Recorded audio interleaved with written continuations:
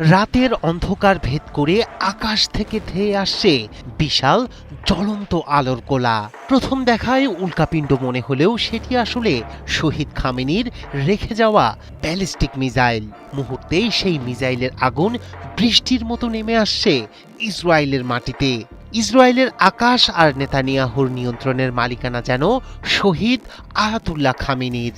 আঘাতে একের পর এক বিস্ফোরণে কেঁপে উঠছে গুরুত্বপূর্ণ শহর ও সামরিক স্থাপনা।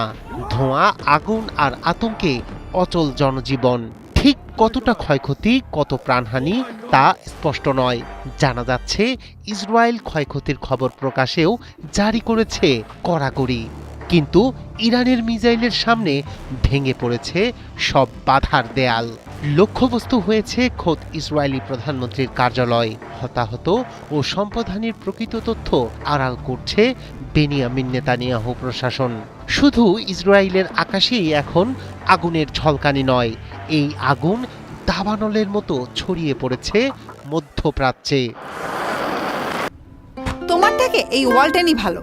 75% পর্যন্ত বিদ্যুৎ সেভ করে।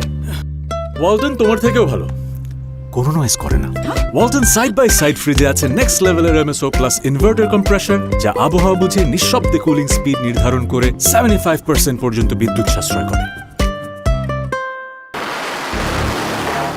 দফায় দফায় বিমান হামলার জবাবে এবার সরাসরি ইসরায়েল ভূখণ্ড লক্ষ্য করে ব্যালিস্টিক ক্ষেপণাস্ত্র ছুড়েছে ইরান। তেহরান থেকে ছোড়া একযোগে কয়েক ডজন মিসাইল ছুটে গেছে তেল আবিব সহ পুরো ইসরায়েলের উত্তর ও দক্ষিণাঞ্চলের দিকে। সাইরেনের বিকট শব্দ, আকাশ জুড়ে আগুনের ঝলকানি, আশ্রয় কেন্দ্রে ছুটছে মানুষ। ইসরায়েলি প্রতিরক্ষা বাহিনী বলছে ক্ষেপণাস্ত্র প্রতিহত করা হচ্ছে, কিন্তু ক্ষয়ক্ষতির পূর্ণ চিত্র অজানা। তেহরানে ইসরায়েলি হামলার প্রতিশোধ হিসেবেই এই পাল্টা আঘাত। ইসরায়েলি সামরিক বাহিনীর দাবি, মঙ্গলবার তেহরান থেকে তেল আবিবের দিকে একযোগে ছোড়া হয়েছে কয়েক ডজন ক্ষেপণাস্ত্র। কাতার ভিত্তিক সংবাদ মাধ্যম আল জাজিরা জানায়, ইরানে ইসরায়েল ও আমেরিকার যৌথ বিমান হামলার পরে এই পাল্টা আঘাত হানে তেহরান। লক্ষ্যবস্তু ছিল ইসরায়েলের সবচেয়ে জনবহুল শহর তেল আবিব এবং দক্ষিণাঞ্চলের সামরিক স্থাপনা। রুশ সংবাদ মাধ্যম তাসের বরাতে জানা গেছে, ক্ষেপণাস্ত্রের লক্ষ্য ছিল তেল আবিব ছাড়াও দক্ষিণের বীরশেবা ও আশদোদ অঞ্চল। উত্তর থেকে দক্ষিণ পুরো ইসরায়েল জুড়ে বেজে উঠেছে যুদ্ধের সাইরেন। আকাশ জুড়ে ইন্টারসেপ্টর আর ব্যালিস্টিক ক্ষেপণাস্ত্রের বিস্ফোরণ। আতঙ্কে আশ্রয় কেন্দ্রে ছুটছেন বাসিন্দারা। ইরান থেকে ছোড়া ক্ষেপণাস্ত্র শনাক্ত এবং সেগুলো প্রতিহত করতে ব্যাপক চাপের মুখে ইসরায়েলের গর্বের আকাশ প্রতিরক্ষা ব্যবস্থা আয়রন ডোম।